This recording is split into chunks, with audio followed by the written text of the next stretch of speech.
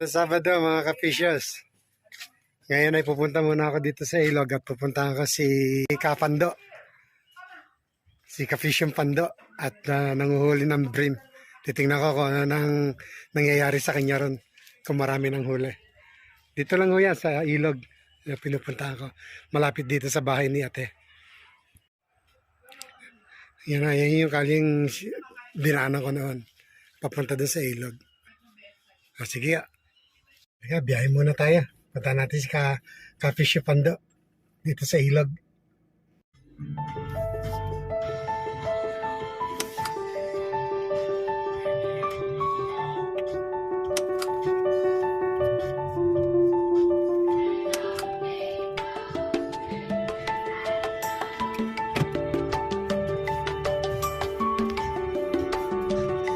Yan lang yung kaduluhan.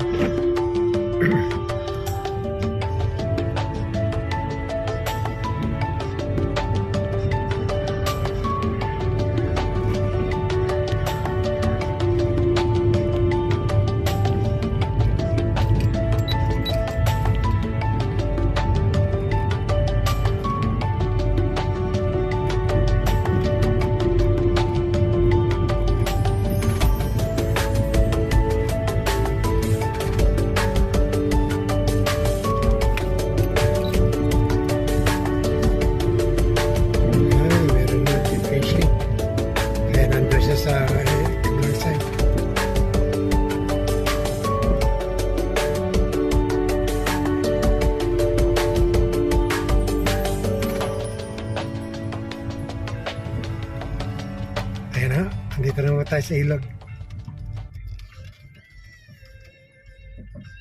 Tingnan natin kung ano nangyayari sa kanya. Ayan. Meron pa nagbabangka. Meron nung mag-asa nag-fishing. Ayun na si Panda na mag-isa. Nakaupo sa batuan.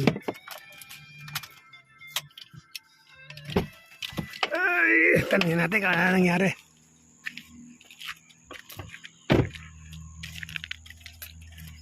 Balita. Nahuli ka na?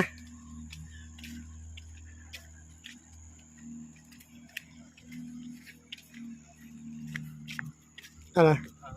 Nakahuli? Ano? Bream? Malaki? Maliit lang. Ngayon si Ka-Fish yung Pando. Sa hello.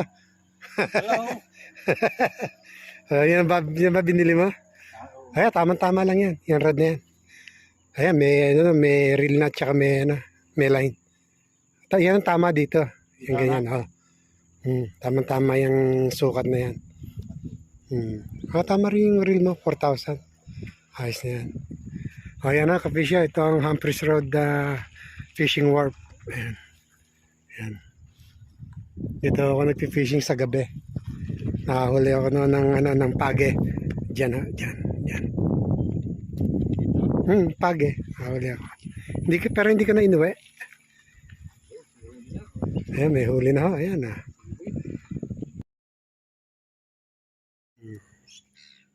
Bali yun ho, rig niya. Running sinker. At saka isang hook na 1-0. Size 1 o 1-0? 1. Size 1. Ayos yan. Ano pain mo? Squid. Napakahilig mo sa squid. Sabi ko na sa'yo, the best ang dito pilchard. Panggabi. Sige, mamayang hapon, punta ulit tayo dito. Mag-beach. Kung gusto mo mag-beach tayo. Masyado mabigat ang sinker mo, tol. Mabigat ang sinker mo. Oo, bigat yan. Yung silaki lang ng green peas ang lagay mo. Green pea.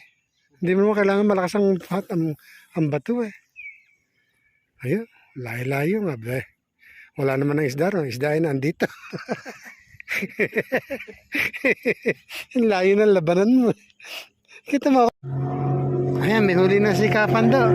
Si Ka-Fish yung Pando. May huli oh. Wow! Ayos. Nice flathead. No, it's not undersize. Good size. Hindi undersize yan. Good size yan. Yeah. Ayos. Nakaisa na. Lagay mo lang dyan. Sige. Yan yung flathead. May huli siya.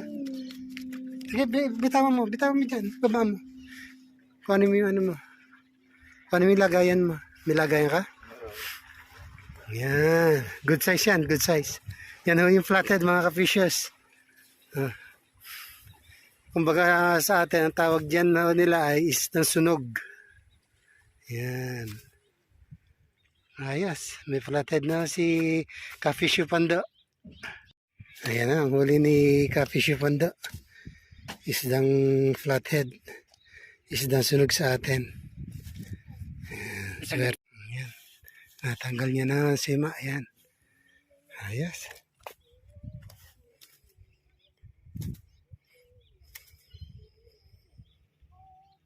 Ang rad mo ah. Ayan. Yan na yung isdang sunog sa atin kung tawagin.